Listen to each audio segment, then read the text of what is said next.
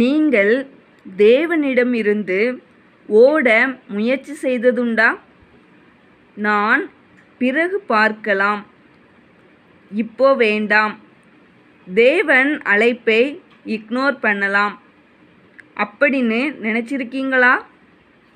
யோனாவும் அப்படித்தான் நினைத்தார். ஆனால் ஒரு புயல் ஆரம்பமானது. இன்று நாம் பார்க்க போவது தேவனிடமிருந்து ஓடிய மனிதனின் உண்மை கதை. யோனா 1 லைவ் முடிவு வரை இருங்கள். ஏன்னா இந்த கதை உங்கள் வாழ்க்கையையும் பேசலாம்.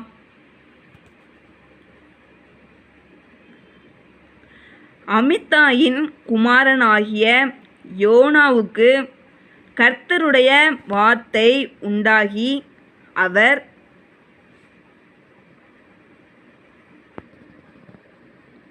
நீ எழுந்து மகாநகரமாகிய நினிவேக்குப் போய் அதற்கு விரோதமாக பிரசங்கி. அவர்களுடைய அக்கிரமம் என் சமூகத்தில் வந்து எட்டினது என்றார்.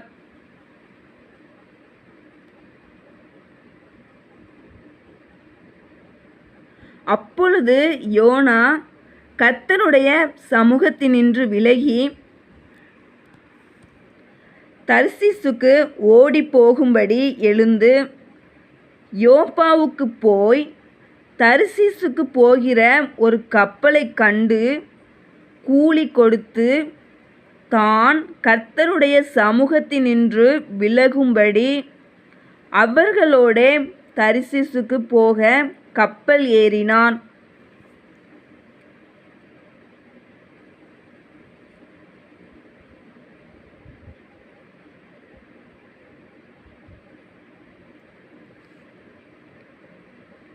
கர்த்தர் சமுத்திரத்தின் மேல் பெருங்காற்றை வரவிட்டார்.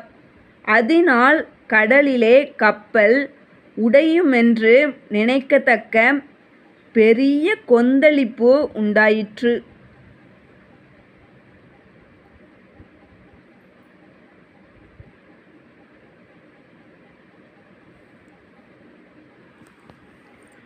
அப்பொழுது கப்பற்காரர் பயந்து அவனவன் தன் தன் தேவனை நோக்கி வேண்டுதல் செய்து பாரத்தை லேசாக்கும்படி கப்பலிலிருந்த சரக்குகளை சமுத்திரத்தில் எறிந்துவிட்டார்கள். யோனாவோ வென்றால் கப்பலின் கீழ்த்தட்டில் இறங்கிப்போய் படுத்துக்கொண்டு அயர்ந்த நித்திரை பண்ணினான்.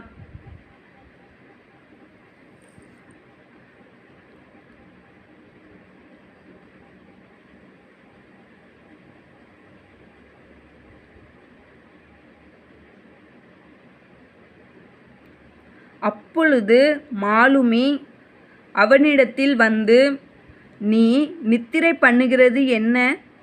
எழுந்திருந்து உன் தேவனை நோக்கி வேண்டிக்கொள்.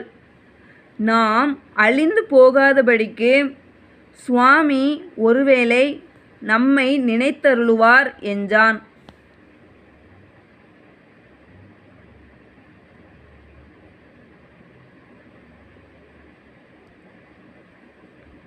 அவர்கள் யார் நிமித்தம் இந்த ஆபத்து நமக்கு நேரிட்டதென்று நாம் அறியும்படிக்கு சீட்டு போடுவோம் வாருங்கள் என்று ஒருவரோடொருவர் சொல்லிக்கொண்டு சீட்டு போட்டார்கள். யோனாவின் பேருக்கு சீட்டு விழுந்தது.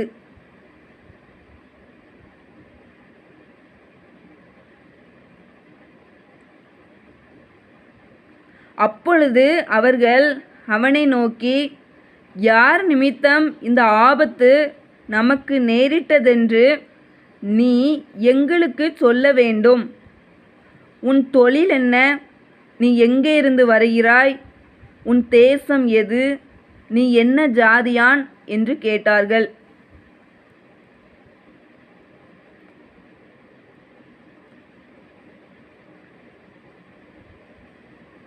அதற்கு அவன், நான் எபிரெயன், சமுத்திரத்தையும் பூமியையும் உண்டாக்கின பரலோகத்தின் தேவனாகிய கர்த்தரிடத்தில் பயபக்தி உள்ளவன் என்றான்.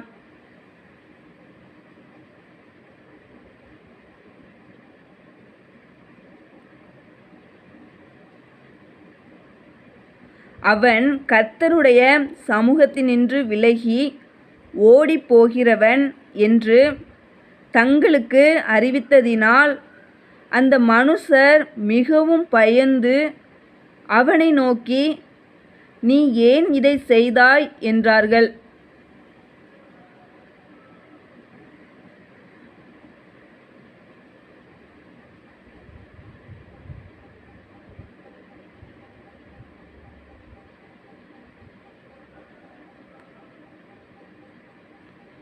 பின்னும் சமுத்திரம் அதிகமாய் கொந்தளித்து கொண்டிருந்தபடியால் அவர்கள் அவனை நோக்கி, சமுத்திரம் நமக்கு அமரும்படி நாங்கள் உனக்கு என்ன செய்ய வேண்டும் என்று கேட்டார்கள்.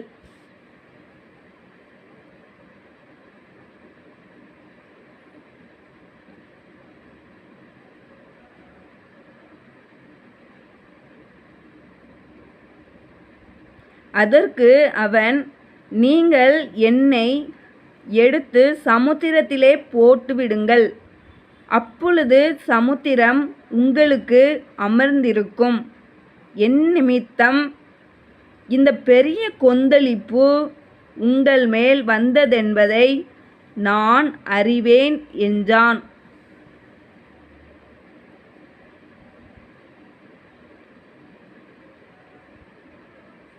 அந்த மனுஷர் கரை சேரும்படி வேகமாய் தண்டு வலித்தார்கள். ஆனாலும் சமுத்திரம் வெகு மும்முரமாய் கொந்தளித்து கொண்டே இருந்தபடியால் அவர்களால் கூடாமற் போயிற்று. அப்பொழுது அவர்கள் கர்த்தரை நோக்கி கூப்பிட்டு, ஆ கர்த்தாவே, இந்த மனுஷனுடைய ஜீவ நிமித்தம் எங்களை அழித்து போடாதேயும், குற்றமில்லாத இரத்த பழியை எங்கள் மேல் சுமத்தாதேயும். தேவரீர் கர்த்தர் உமக்கு சித்தமாயிருக்கிறபடி செய்கிறீர் என்று சொல்லி யோனாவை எடுத்து சமுத்திரத்திலே போட்டுவிட்டார்கள். சமுத்திரம் தன் மும்முரத்தை விட்டு அமர்ந்தது. அப்பொழுது அந்த மனுஷர் கர்த்தருக்கு மிகவும் பயந்து கர்த்தருக்கு பலியிட்டு பொருத்தனைகளை பண்ணினார்கள்.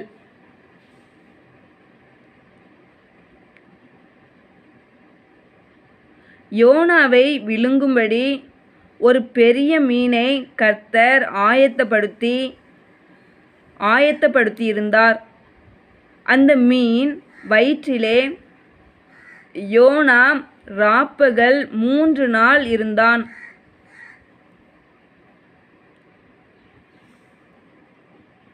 ஆமேன். யோனா ஓடினார், ஆனால் தேவனிடமிருந்து தப்பிக்க முடியவில்லை. அதேபோல் நாமும் தேவனை விட்டு ஓட வேண்டாம். அவர் அழைக்கும்போது பதிலளிப்போம். இந்த லைவ் உங்களுக்கு ஆசீர்வாதமாக இருந்தால் லைக் செய்யுங்கள், ஷேர் செய்யுங்கள், சப்ஸ்கிரைப் செய்யுங்கள். ஜீவ வார்த்தை.